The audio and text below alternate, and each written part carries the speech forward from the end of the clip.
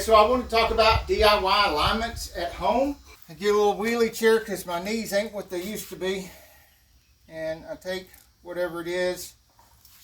This is old dog table the end was messed up on.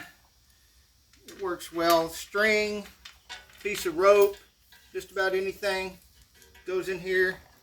I can't take credit for this. When I was 8 years old and hungry, I used to go around knocking on doors looking for work. Somebody's grandpa showed me this, and I've tried other methods, but this works great. These newer vehicles don't have any adjustment for the caster and camber. So if the caster's out, it's usually because you got to replace something like the lower control arm bushings or something like that, which I've already replaced on this car, which got it back to where it should be. So what we're really just checking is the toe. And I pull this tight, and I'm letting it touch the tire on the back wheel back there, and I bring it down enough to where it doesn't touch the skirt of the car, so it doesn't mess up my alignment. And then I bring this in to where it's just touching. On these modern front wheel drives, it's usually a little bit of a toe out instead of a toe in, and that way when you hit the gas and the front wheels are driving and they go to toe in, it pulls a little bit to toe in, it goes to zero or a little bit of toe in. So at a resting point like this, it should have a little bit of a toe out instead of toe in. By toe out, I mean the front of the tire should be out a little bit more than the back. This piece of cable has a teeny bit of a kink in it right here, but it's still going to be pretty dang accurate. Touch this to the front of the tire here. You can see how that's still not quite touching the back right there. There's this tiny bit of gap right there.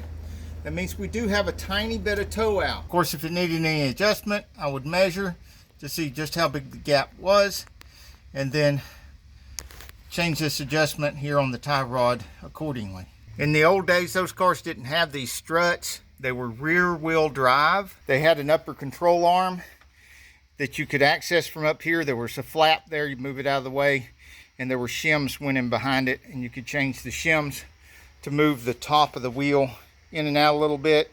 You could change one shim or the other to change your caster a little bit, but that would also change your camber, and you could get it dialed in that way.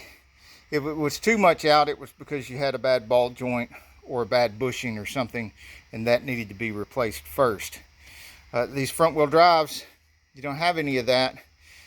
Pretty much if your caster or camber's out, you're going to have to replace something. Rather than press the bushings and stuff in here, the whole control arm cost just a tiny bit more than the bushings and the lower ball joint, so I just replaced them as a set. Some people say you can't set the toe with it on the jack like this, with the wheels hanging, but I've found that if you do it this way and then set it on the ground and check it again, if it's off a little bit, it'll only be off a little bit, not a whole lot, like it would be if you were putting it on the ground and then check it, find out it's out a whole lot, then jack it back up, adjust, then put it on the ground again. That's just a lot of hassle when you can just go ahead and check it, get it as close as you possibly can while it's jacked up, then drop it down, check it again, and then you only have a little bit left to do, if anything at all.